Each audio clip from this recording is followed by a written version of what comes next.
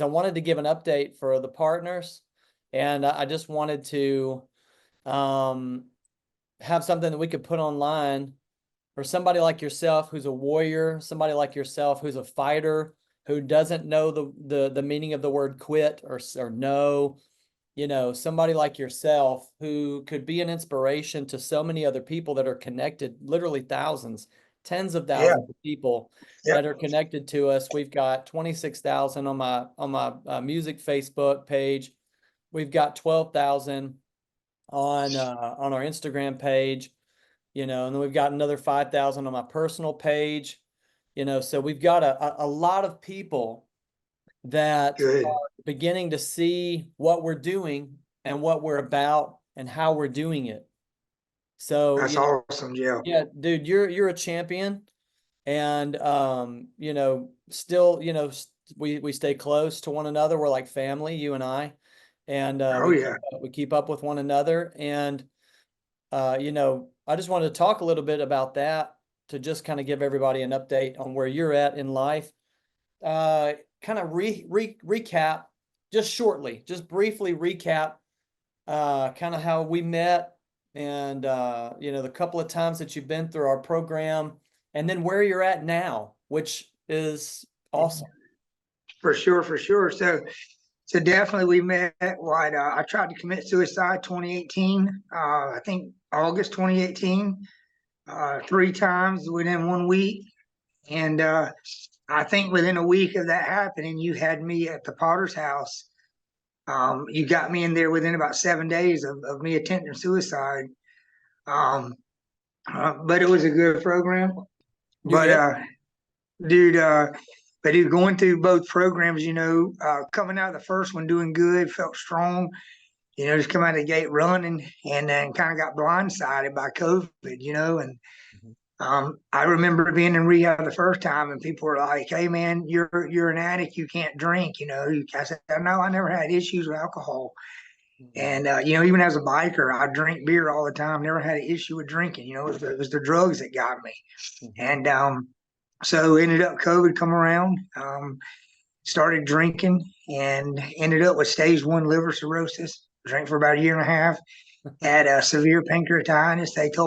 Emory told me if I would have kept drinking, I'd be dead in 3 months. They give me two years to live.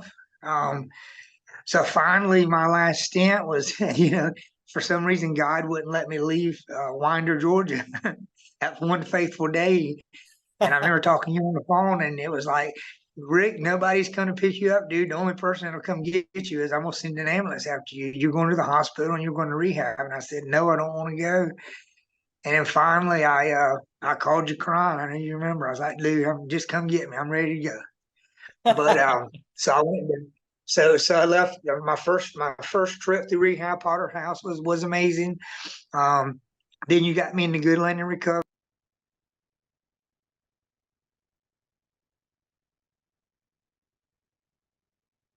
I lost your audio.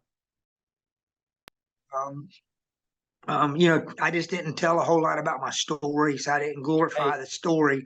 Hey, let's back up. Let's back up a little bit.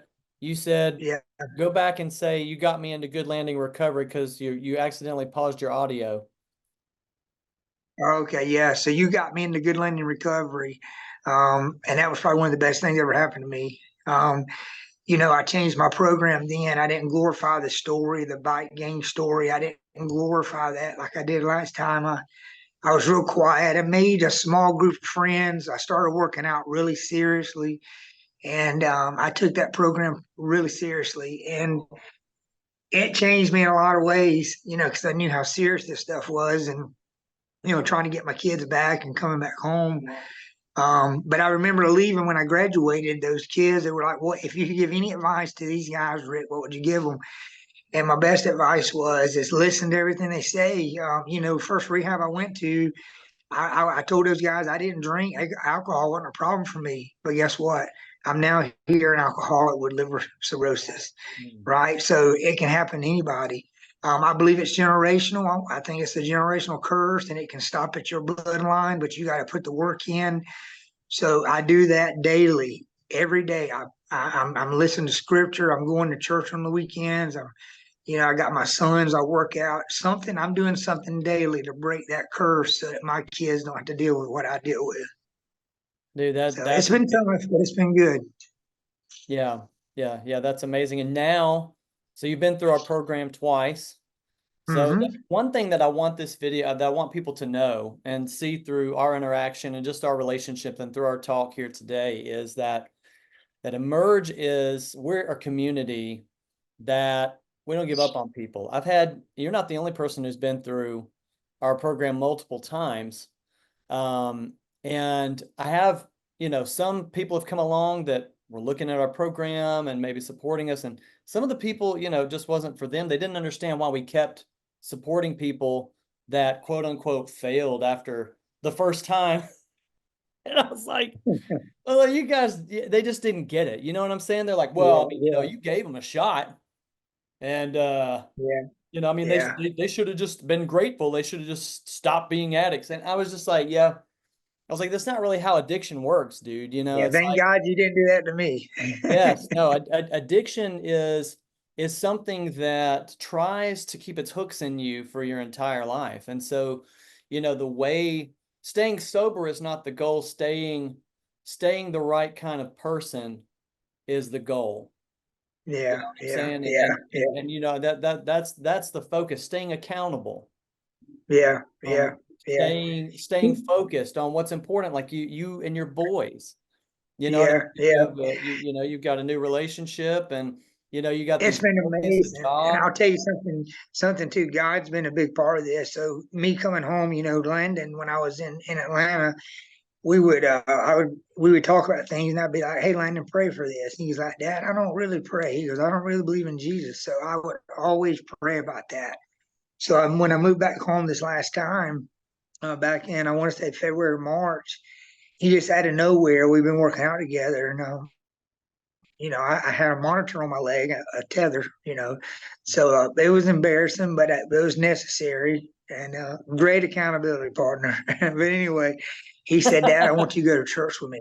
And me and him has been to church about 5 or 6 times together. And he's invited me. And that to me is an answered prayer because I had prayed about that years before.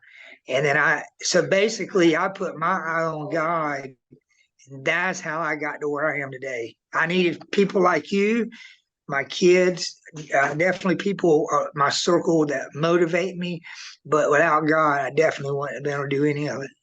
100%. That's the key ingredient. You can't really overcome anything in life, especially addiction, without God being at the center of who you are and where you're going. It's an True. impossibility. Without Christ True. in the mix and without being submitted to God, you'll never win. And then the other part of That's it, 100% true. yes, sir, is having partners, like you and I have worked together and stayed together. I always tell people this, and I told you this, and I tell people this all the time. It's like, as long as you're willing to fight, then we are willing to fight beside you. So when people come to us, if they've been through our program once and then they come back, and they're like, I need to do it again, as long as they're willing Mhm. to fight, then we're willing to support and Mhm. fight with them. We don't give up on folks. Yeah. We're along for the journey. Like you and I are going to be friends for life, dude. I mean, we're brothers for life. We're brothers in Oh, life. God brought us yeah, together years for ago, sure. For and sure. your story, your leadership, your just what God's done in your life because of your submission to Him, just it's such an incredible story that I wanted to share. I wanted to be sure that we continue to share that because I mean, you're one of the people that's on our front page. Yeah. We got one of your first stories, but I want to continue the conversation with you because now that you're past, um, the being defeated by addiction part, and you're to the overcoming addiction part, your voice, who God has created you to be as a man, as a father, as a future husband, a leader in this community and in this world. I want to continue to have conversations with you and Hmm. allow your story to speak because the Bible says that we overcome by the blood of the Lamb and the word of our testimony. And that's your story. So I know that your story is going to encourage a lot of people and help them make the right decision for themselves to do what you did, take the necessary steps, submit themselves to God and fight for themselves, fight for their family, and fight forward. I agree. Yeah, I agree with you. Hope Yeah. so. Yeah, buddy. Very cool. Well, So, thanks for spending a few minutes with us on the phone. I don't want to keep you too long since you're at work. We'll talk to you soon.